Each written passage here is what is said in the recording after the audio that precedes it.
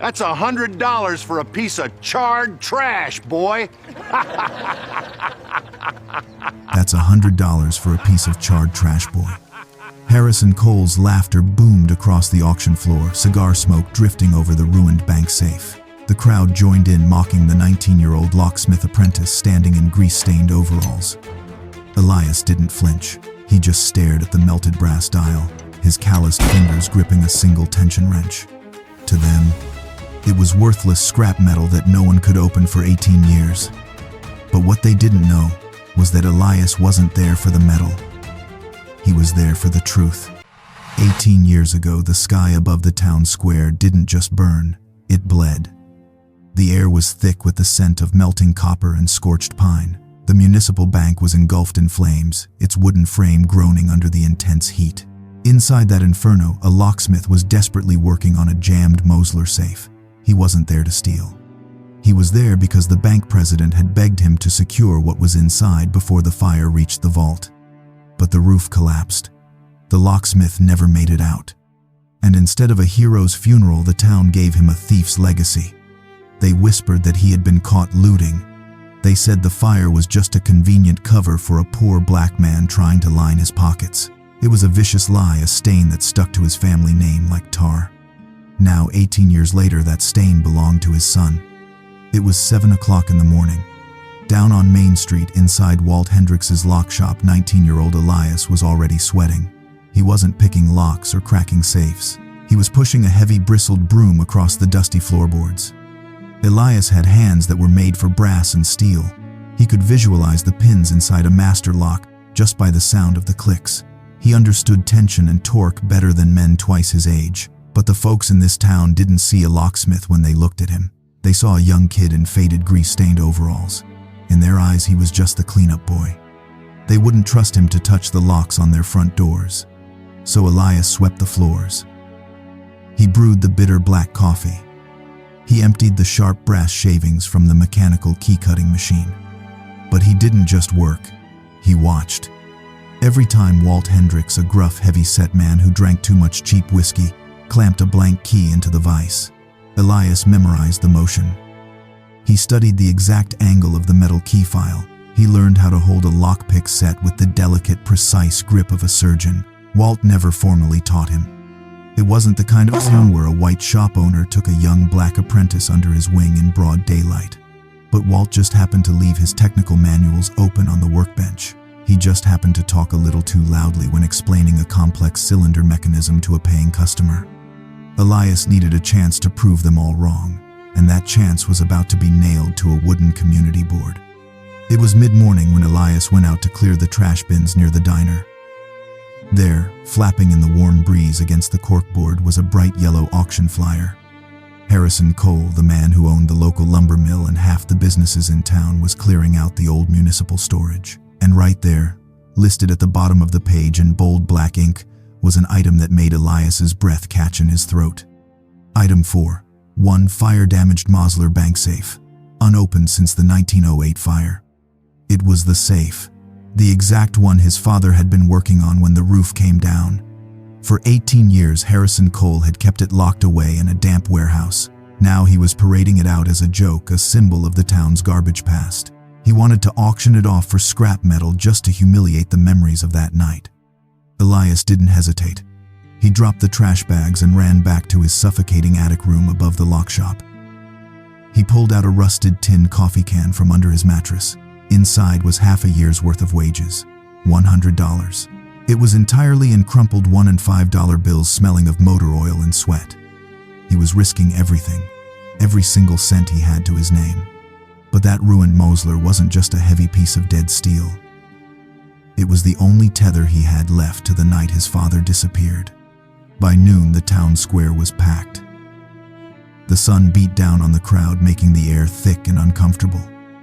Elias stood at the very back, clutching his crumpled bills so tightly his knuckles turned a dusty white. Harrison Cole stood on the makeshift wooden stage, wearing a tailored suit that cost more than Walt's entire shop. He was chomping on a thick cigar, looking down at the crowd with a smug grin. When the bidding for the safe opened, Cole expected laughs. He got them.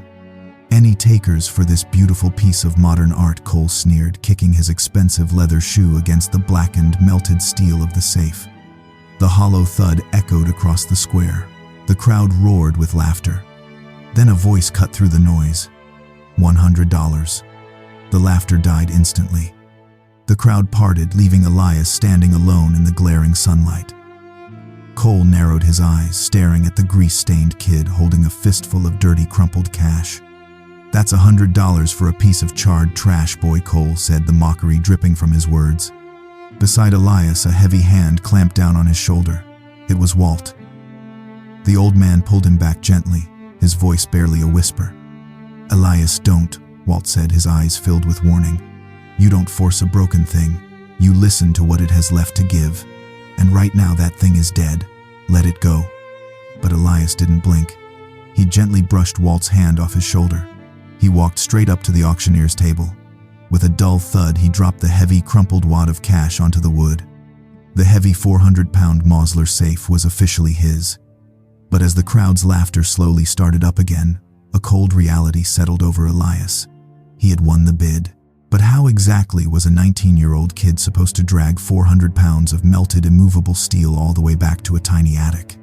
Walt let Elias borrow his rusted 1974 Ford pickup. It took 3 men, a heavy-duty chain hoist, and 20 minutes of agonizing groans from the truck's suspension just to load the massive Mosler safe into the bed.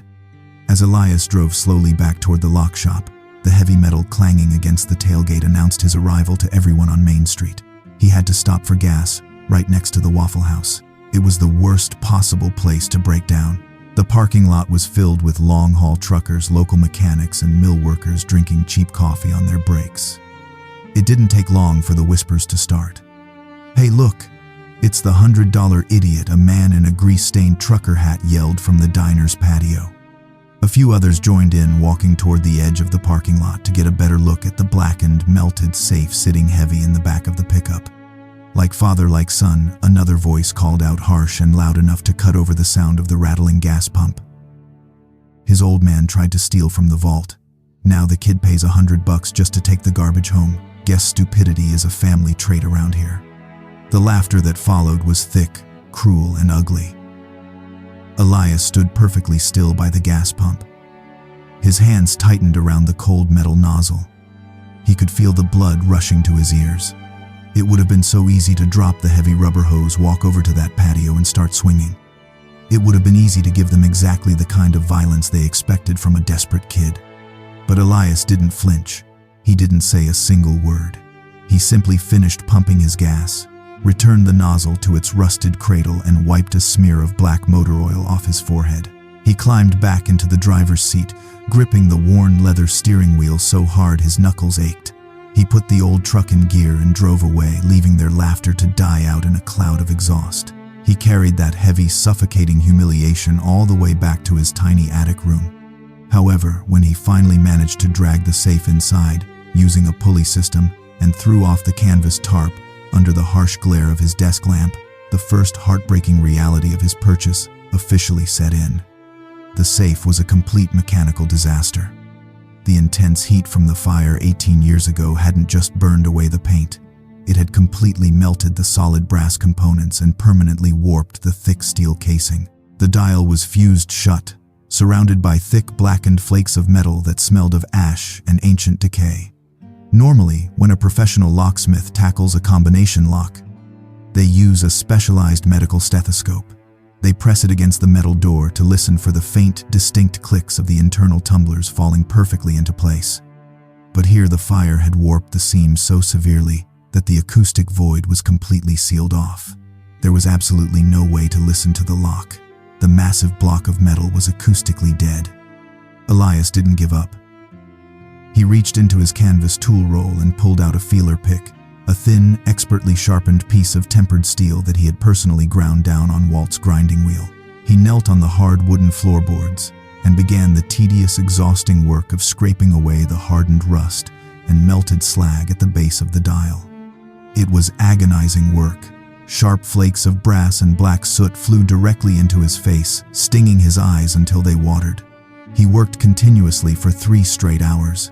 His back ached with a dull, throbbing pain, and his fingers clamped around the thin steel so tightly they began to cramp.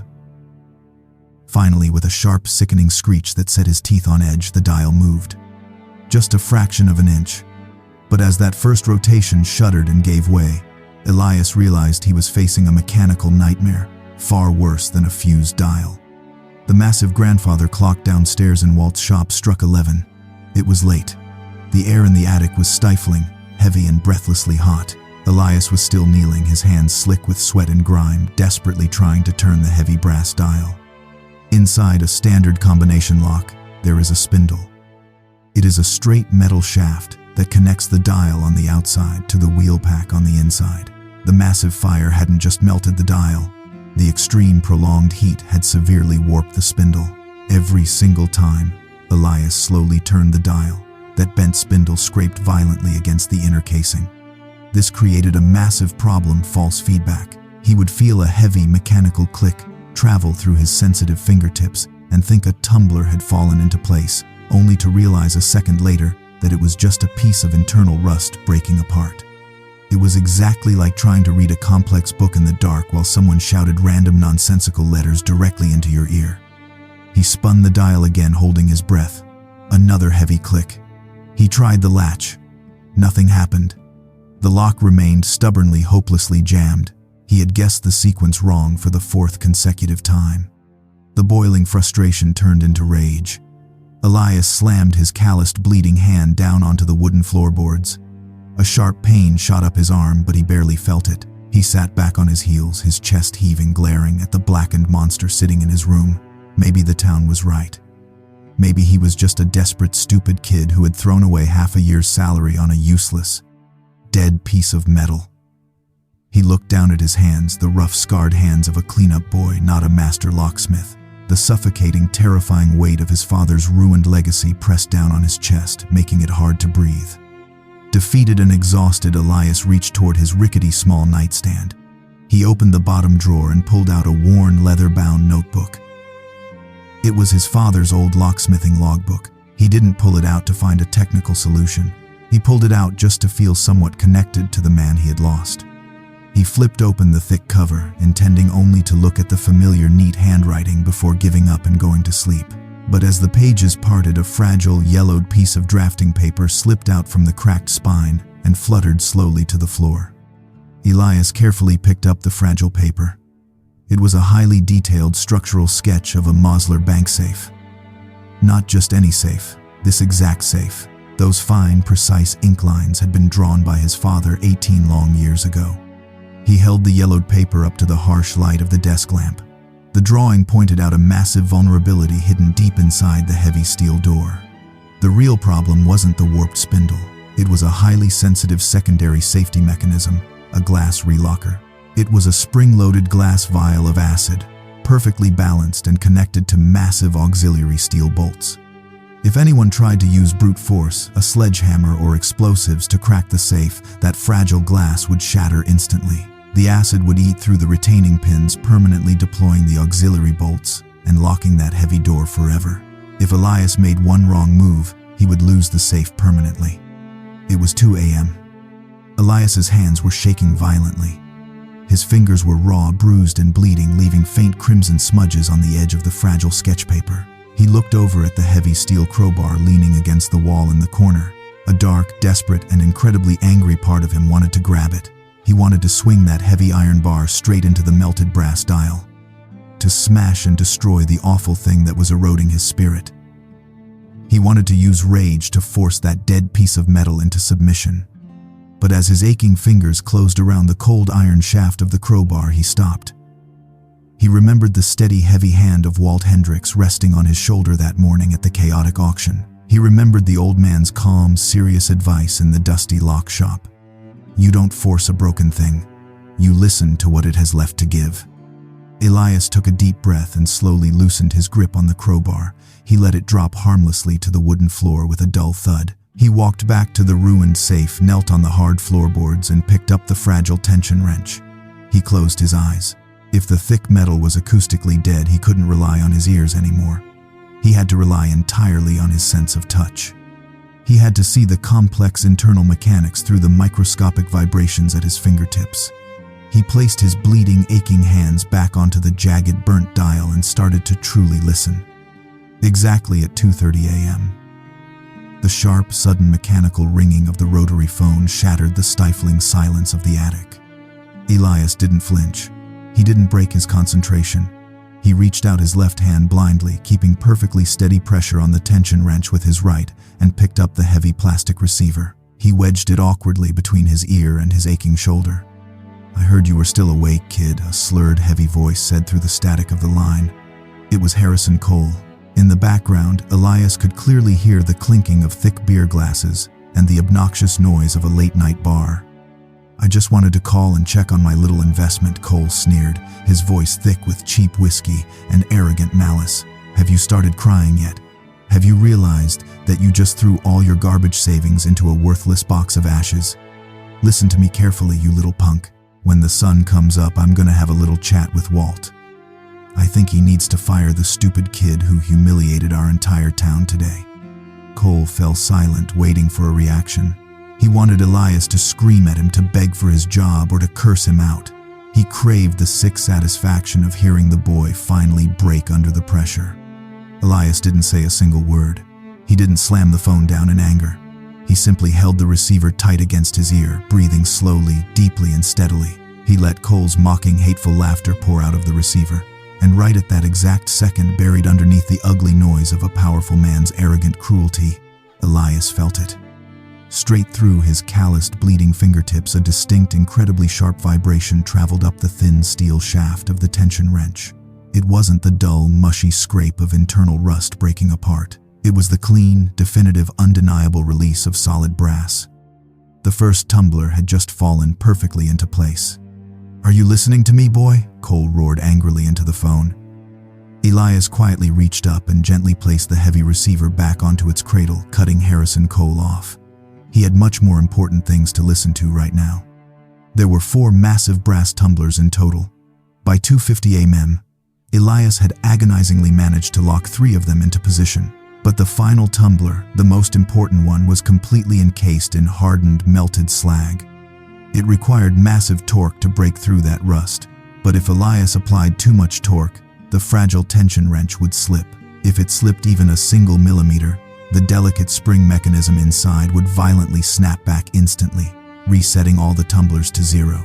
3 agonizing hours of exhausting work and blood would be completely wiped out in one cruel second.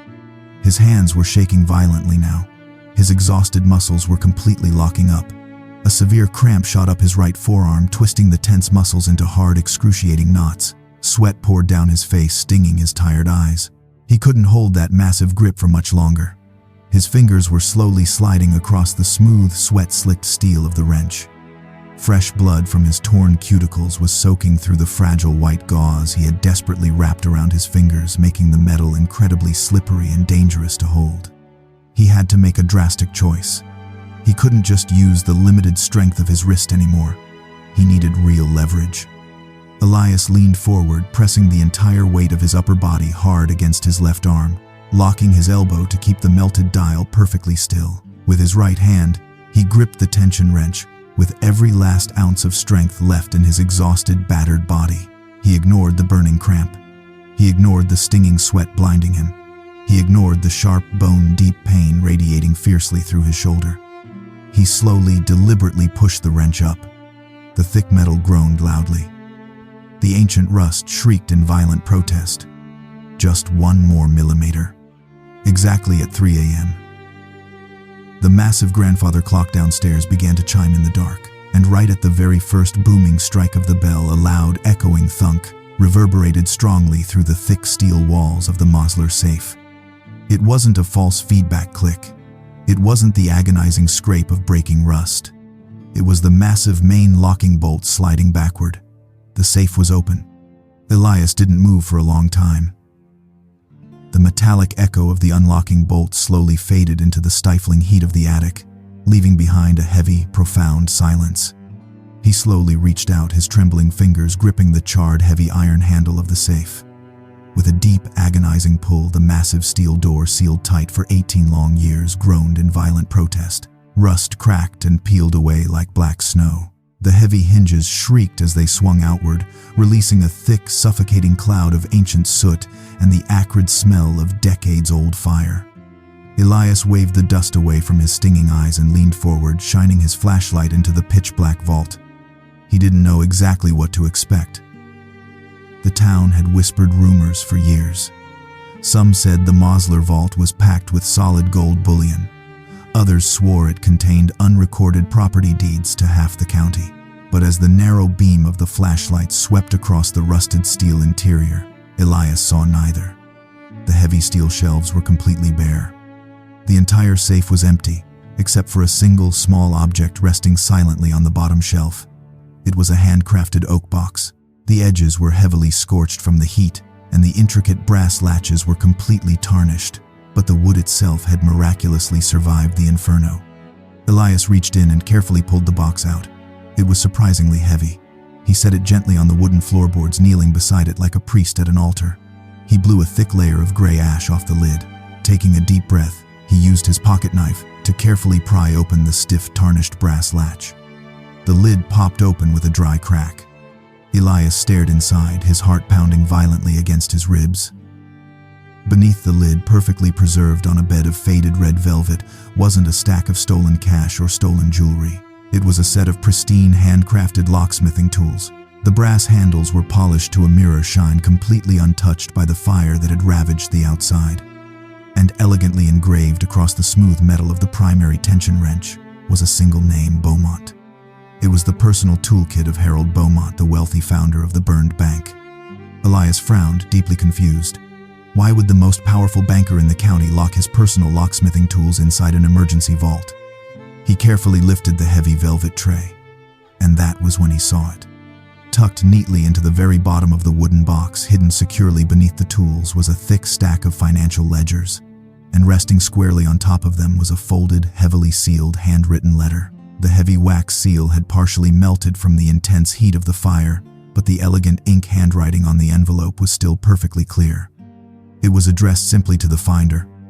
Elias wiped his bloody, grease-stained hands on his dirty overalls. He carefully picked up the brittle paper, unfolded it, and began to read. The letter was written by Harold Beaumont on the very night of the fire. The frantic, hurried handwriting confessed a massive, deeply hidden conspiracy. The bank wasn't failing because of bad investments. It was being systematically drained, extorted, and hollowed out by a ruthless corporate raider who was using illegal leverage to bankrupt the local businesses and seize their properties for pennies on the dollar. The financial ledgers hidden in the box contained every single piece of undeniable, damning evidence of these massive crimes. And the man behind it all, the ruthless raider who had orchestrated the collapse of the town's economy. It was Harrison Cole. But it was the very last paragraph of the letter that made Elias's breath catch sharply in his throat. I knew he would send his men to destroy the bank tonight to hide his crimes. The only man in this town I trust to protect this evidence is my dear friend and master locksmith Arthur. I have asked him to come down here under the cover of darkness to seal these ledgers in the deepest Mosler emergency vault. He is risking his own life to lock this safe and ensure that Harrison Cole cannot destroy the truth. Elias lowered the letter. His vision blurred violently as the heavy, heartbreaking truth finally hit him. His father wasn't a scavenger. His father wasn't a desperate, pathetic looter trying to steal from a burning building. His father had willingly walked into an absolute inferno, fully knowing the devastating risks to lock the safe. He had sacrificed his own life to protect the truth and save the town from a tyrant. A single hot tear escaped Elias's eye and fell silently onto the yellowed paper, smudging the heavy black ink. The intense, suffocating pain of losing his father was suddenly magnified 1,000 times over, but it was powerfully eclipsed by a surging, overwhelming wave of immense pride. His father was a hero, and the cruel, arrogant town that had relentlessly mocked his legacy wasn't fit to even speak his name. The dramatic, poetic irony of the situation was staggering. Harrison Cole thought he had brilliantly humiliated a poor, grieving kid by selling him a worthless box of ashes for $100. But the arrogant tycoon had no idea that he had just personally handed over the very weapon that would destroy his empire. He had sold his own death warrant for a single $100 bill. Elias sat alone on the floor of the attic for a long, quiet time. By the time he finally looked up, the harsh gray light of early dawn was slowly beginning to filter through the small, dusty attic window. It was 5 a.m. He sat completely surrounded by the overwhelming evidence. The heavy, undeniable truth was quite literally resting in the palms of his bloody, calloused hands. Elias realized he was standing exactly at the crossroads of his entire life. He had two very distinct, very real choices. He could easily take these financial ledgers directly to Harrison Cole's massive estate before the town woke up. He could quietly blackmail the arrogant tycoon for hundreds of thousands of dollars. Cole would gladly pay any amount to make this devastating evidence disappear forever. Elias could instantly buy a new house, a new truck, and never have to sweep a dirty lock shop floor ever again. He could leave this miserable town and buy a completely new life. Or he could take the evidence straight into the harsh, unforgiving light of the law. He could publicly expose the massive corruption, clear his father's ruined name, and go to war against the most powerful, dangerous man in the entire county. Elias slowly looked down at his ruined hands. He remembered the long, back-breaking hours Arthur had spent, hunched over a workbench, carefully repairing things that other people had callously broken. His father hadn't sold out the town, and Elias wasn't going to sell out his father. Elias carefully folded the fragile letter and tucked it securely into the breast pocket of his heavy denim overalls. He placed the heavy ledgers into a canvas satchel. He didn't bother to wash his face or bandage his bleeding hands. He didn't want to hide the brutal cost of his work. When the morning sun finally broke completely over the distant horizon, casting long golden shadows across the sleepy town, the 19-year-old locksmith apprentice walked out of the lock shop. He carried a heavy canvas bag and an 18-year-old secret, and he walked straight toward the sheriff's office. By 8 a.m., the massive mahogany doors of the sheriff's office swung open. News in a small town travels faster than a wildfire, and the rumors had already swept through every diner, mill, and gas station in the county. A massive, anxious crowd had quickly gathered in the town square, standing nervously in the exact same spot where the auction had been held just 24 hours earlier. The people who had ruthlessly mocked Elias yesterday were now whispering furiously among themselves, pointing nervous fingers at the heavy canvas bag slung over the young locksmith's shoulder. Suddenly, the deep, aggressive roar of a massive V8 engine cut through the noise. Harrison Cole's gleaming black Cadillac slammed to a halt at the edge of the square tires, screeching against the pavement. Cole practically kicked his car door open. He marched aggressively through the parting crowd, a thick, unlit cigar clamped furiously between his teeth. His expensive suit looked severely out of place against the backdrop of the dusty working-class town. What is the meaning of this absolute circus? Cole bellowed, his face flushed dark red with anger. He pointed a thick, accusatory finger directly at Elias. "Sheriff, are you seriously going to let this filthy, uneducated kid stand here and slander my good name? Arrest him immediately for public defamation." The sheriff, a tall, imposing man who had known Elias's father personally, calmly crossed his arms. He didn't flinch at Cole's loud, aggressive demands. Instead, he placed a reassuring, heavy hand on Elias's shoulder. "Nobody is getting arrested for telling the truth, Harrison," the sheriff said quietly, his voice carrying clearly across the square. He turned to the 19-year-old boy. "Read it, Elias. Let them hear it." Elias stood before the massive crowd. Hundreds of curious, judgmental eyes were locked onto him. His bloody, bandaged hands trembled slightly as he carefully pulled the yellowed, fragile letter from his breast pocket. For a brief, terrifying second, his voice caught in his throat. But then he remembered the agonizing heat of the attic, the agonizing cramp in his arm, and the immense, heroic sacrifice of his father. Elias took a deep, steadying breath. He lifted his chin, squared his tired shoulders, and began to read the letter out loud. His voice started off shaky, but with every passing word it grew louder, firmer, and more undeniably powerful. He read Harold Beaumont's desperate, heartbreaking confession. He read the exact, devastating details of how Cole had systematically blackmailed, extorted, and utterly destroyed the town's economy. And finally, his voice echoing fiercely off the brick buildings of the square, he read the final damning paragraph about his father's heroic death. Every single syllable landed like a heavy blacksmith's hammer, relentlessly smashing through Harrison Cole's arrogant, untouchable facade. When Elias finally lowered the letter, a profound, heavy silence fell over the square. The cruel, roaring laughter that had violently dominated the auction yesterday was completely gone. In its place was a suffocating, absolute stillness. The town was utterly paralyzed by the immense weight of the truth. Cole's face had drained of all its angry color, leaving him looking sickly, pale, and desperate. The undeniable historical evidence, backed up by the massive stack of financial ledgers sitting heavily in the sheriff's hands, was absolute. The tycoon was completely cornered. Panic completely overrode his arrogant judgment. Swearing violently, Cole lunged aggressively forward, his thick hands reaching out violently to snatch the fragile letter from Elias's grasp. "Give me that garbage," Cole screamed, completely losing his mind. But he never even got close to the boy. The sheriff stepped smoothly in front of Elias, using his own broad chest as an unbreakable physical shield.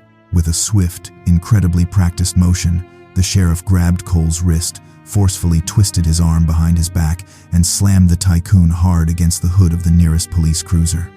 With a sharp metallic shink, the heavy steel handcuffs locked tightly around Cole's wrists. The ruthless, untouchable tycoon was officially under arrest. His massive, terrifying empire of corruption and fear was officially replaced instantly by the harsh, humiliating reality of a prison sentence. The sharp, metallic click of the handcuffs echoed cleanly across the silent square. It was the absolute perfect replacement for the cruel, mocking laughter Cole had so arrogantly enjoyed just a day before. Slowly, almost hesitantly, the massive crowd began to part, forming a narrow, quiet pathway through the center of the square. Standing far at the very end of that path was Walt Hendricks. The old locksmith didn't say a single word. He didn't have to. He simply looked at his young apprentice, a slow, immensely proud smile spreading across his wrinkled face, and gave Elias a deep, respectful nod. As Elias walked slowly down the path, the reaction of the crowd was immediate and overwhelmingly powerful. The rough, hardened mill workers and loud truckers who had gleefully laughed at his father's memory yesterday were now awkwardly shuffling their heavy boots, staring guiltily down at the dirt, absolutely consumed by their own immense shame. Suddenly, a large man stepped out from the edge of the crowd. It was the same trucker in the grease-stained hat who had yelled the cruelest, most vicious insults outside the Waffle House. The massive man nervously took off his dirty baseball cap, twisting it anxiously in his large, calloused hands. He looked deeply, profoundly uncomfortable, but he didn't look away from Elias's eyes. I'm deeply sorry, son," the trucker mumbled quietly, his rough voice cracking with genuine, heartfelt regret. "We were dead wrong about your old man. He was a good, brave man. May his soul finally rest in absolute peace." Elias stopped. He looked at the trucker, and then he looked out at the massive crowd of people who had judged him, mocked him, and completely misunderstood his family's painful history. He didn't gloat, he didn't scream or demand apologies from the rest of them. Elias simply gave the trucker a slow, quiet nod of forgiveness. He forgave them, but he would absolutely never forget. He had officially, undeniably cleared his family's name. Elias slowly raised his heavily bandaged, bleeding hands to adjust the strap of the heavy canvas bag on his shoulder. Those tired, bruised hands were no longer desperately gripping a tension wrench in the agonizing, suffocating heat of a dark attic. Right now, those bloody hands firmly held the immense, undivided respect of the entire town. Exactly 1 week later, a loud, sharp hammering echoed down Main Street. It wasn't the sound of an auctioneer's gavel, and it wasn't the sound of a desperate kid trying to smash open a dead lock. It was Walt Hendricks, standing on a wooden ladder, nailing a brand new hand-painted wooden sign above the heavy oak door of his shop. The fresh gold lettering proudly read Hendricks & Sons Locks. Inside the shop, Elias was no longer pushing a bristled broom or emptying the trash. He was standing squarely behind the main workbench, wearing a clean, dark blue uniform shirt. The heavy, suffocating weight of poverty and public humiliation was gone, completely replaced by a quiet, unbreakable sense of pride. He had finally earned his rightful place. Elias carefully took a soft, oil-soaked rag and gently polished the solid brass handle of a tension wrench. It was the wrench with the name Beaumont engraved on the side. He didn't put it back into the canvas roll. Instead, he placed the entire pristine toolkit onto the highest, most prominent glass display shelf in the shop. And resting right beside those tools, perfectly preserved inside a simple wooden picture frame, was a single, heavily crumpled $100 bill. It was a quiet, powerful reminder that no secret is ever buried forever, as long as there is someone with enough courage and patience to dig it out. Harrison Cole had tried to destroy a man's legacy with fire and lies, but he couldn't burn the truth. He only managed to forge it into something infinitely stronger. Sometimes the world looks at you and only sees a broken, worthless thing. They judge you by the grease on your hands, the clothes on your back, or the history of your family. But you don't force a broken thing. If you have the patience to listen and the quiet dignity to endure the noise, you will always find the immense value hidden inside. Have you ever been harshly judged by your appearance or your background? How did you prove them wrong? Tell us your story in the comments below, and don't forget to subscribe for more hidden histories.